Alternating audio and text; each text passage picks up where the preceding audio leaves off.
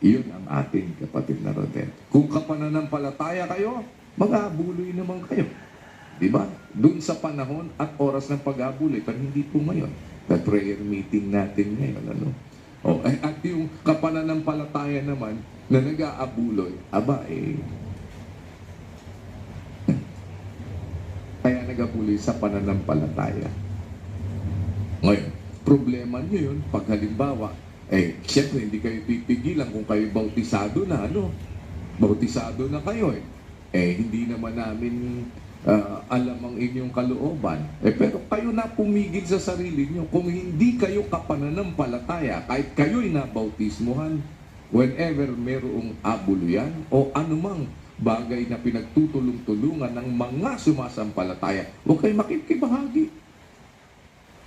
Ito po para lang dun sa mga kapananampalataya. Di ba?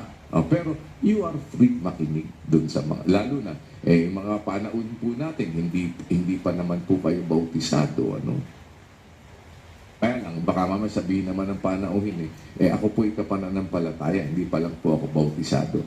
Kung kapananampalataya naman po kayo, kasama kayo sumasampalataya, magpapabautismo kayo. Hindi magpabautismo. Kasi kasama po sa sinasampalatayanan yun Kaya pagkatapos po noon, at saka na kayo'y sumasampalataya, tumulong sa gawain. Ganun lang naman, kapatid na Rodel. Dahil ang gusto ng Diyos, 1:19 ng Isaias, kung kayo'y magkusa at magmasunurin, kayo'y magsisikain ng buti ng lupain. Ayan. At yun po ay alam natin na sama-sama nating pinagsisikapan ng mga magkakapatid. Sidebar lang yun, kapatid na Rodel. Para lang, naintindihan naman ninyo, Brad Josel. Sidebar lang yun. Para po sa ating mga magkakapatid, bahagi ng ating sama-samang pagpapaalalahanan. Ayan, manatili sana tayo dahil kung tayo ay dapat nananatili tayo sa pananampalataya.